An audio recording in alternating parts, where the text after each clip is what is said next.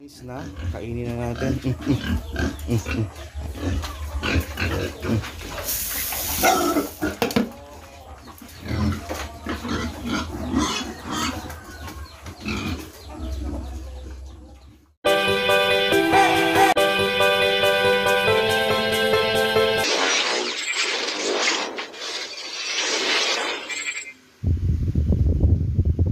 Magandang hapon, welcome back to my YouTube channel mga kabagis, Katol.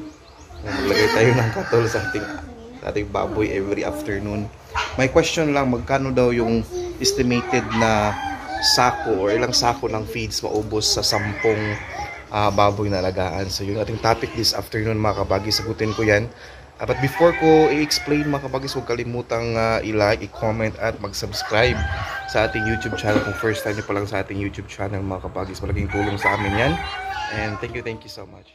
Yan, lagay tayo ng katul. Malaking tulong din ito sa kagat ng lamok. Ang dami kasing lamok dito kabagi sa amin. So yung topic natin na 10 baboy yung alagaan, magkano yung posibleng gastos sa feeds, ilang feeds yung ating maubos sa 10 baboy, no? So magandang topic yan at atin yung sagutin mga kabagis. I-ano ko muna itong hatol ito. Paliguan ko muna, and then after natin paliguan, pakainin.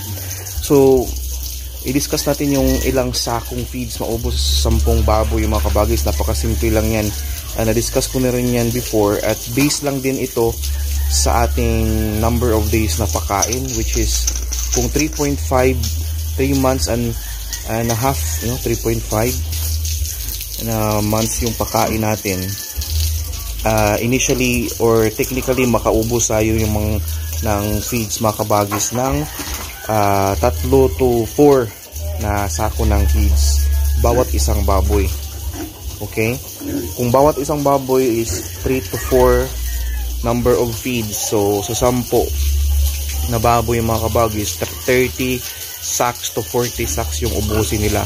Again, depende na yan kung 3 months lang, 3 and a half yung ating mapapakain. Now going back to the number of days, no, sa bawat stages, so yung mangyari niyan sa isang baboy, based na rin ito sa ating observation noon, sa isang baboy makaubos talaga yan ng 2 sako ng grower feeds before mabenta.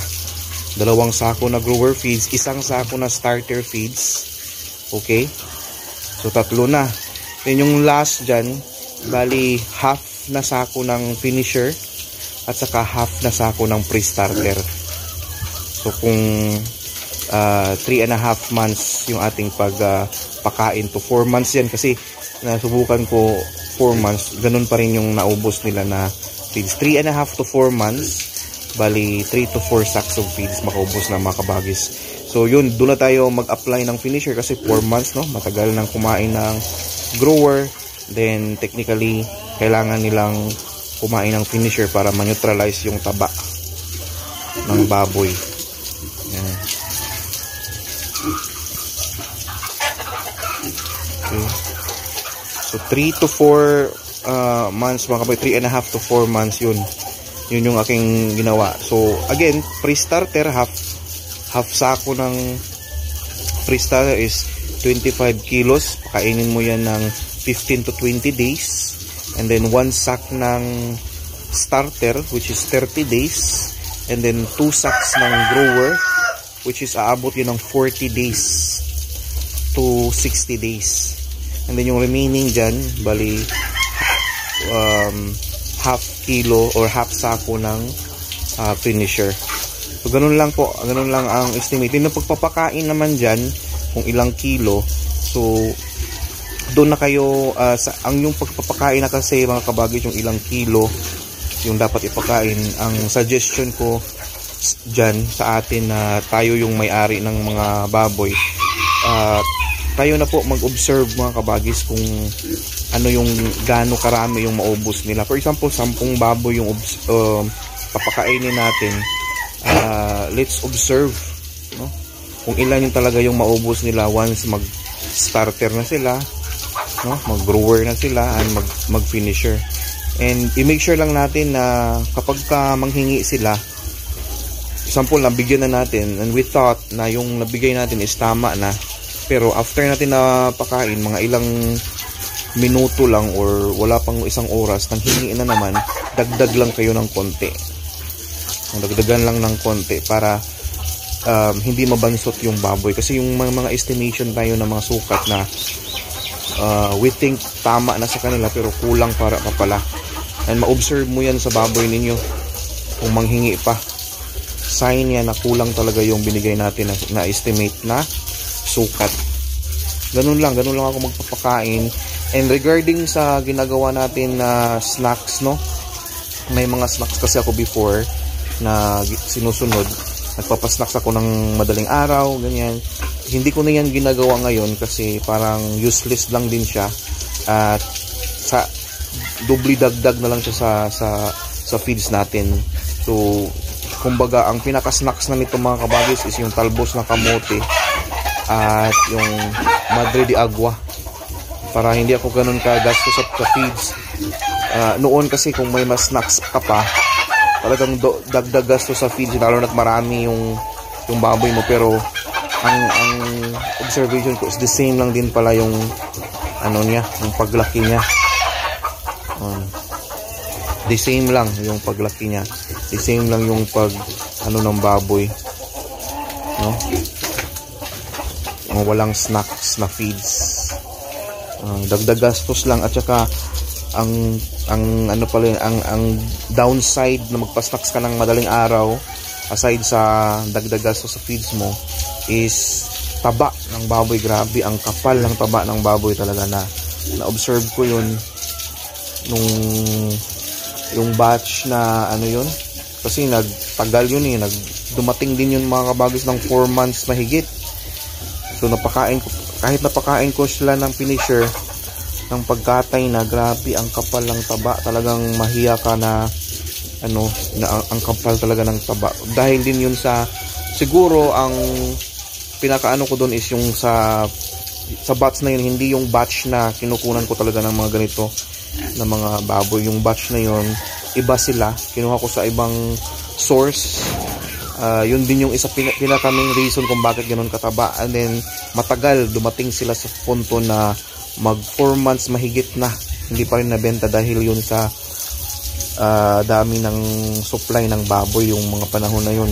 Kumbaga maraming baboy, so naka-line up ka, tatawagan ka lang daw, sabi ng namin, suki. So talagang napatagal sila at nag-end up ng ganun na makapal yung taba at mura lang nabenta kasi nga mura lang yung baboy that time.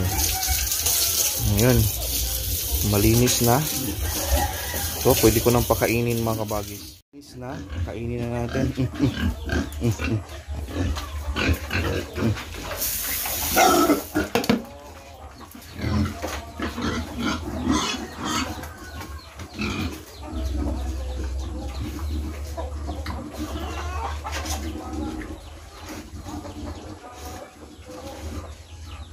Mabilis ko lang sila na mga kabagis, di ba yung first day nila sa Growix to, mahinang kumain, pero after 2 days bumalik na yung gana nila sa pagkain. Ang ginawa ko lang talaga is yung appetizer natin na talbos ng kamote, pinapakain ko lang talaga ng pinapakain. Ngayon mabilis na bumalik na yung gana nila.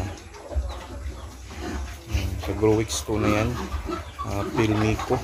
Tingnan ninyo mga kabagis, ito yung sinasabi ko na yung sugat na yan, hindi yan kagat ng lamok, hindi sila, nag-aaway sila, yung mga kagat mismo nila, kakagatan sila mga kabagis.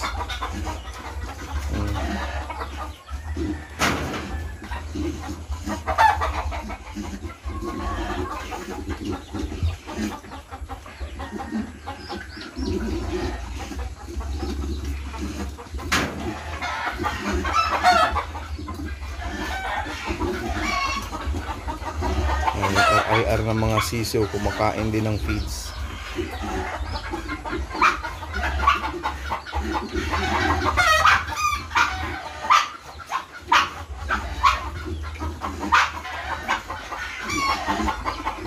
Bilis lang, no?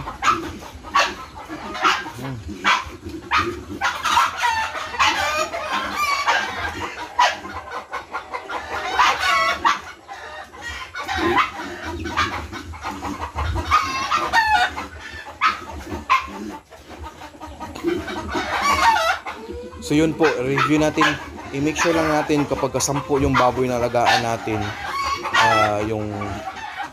yung starter, isa talaga ipaubos natin yung isang sako bawat isang baboy. So 10 starter feeds yung maubos, and then 2 sako na grower bawat isang baboy din.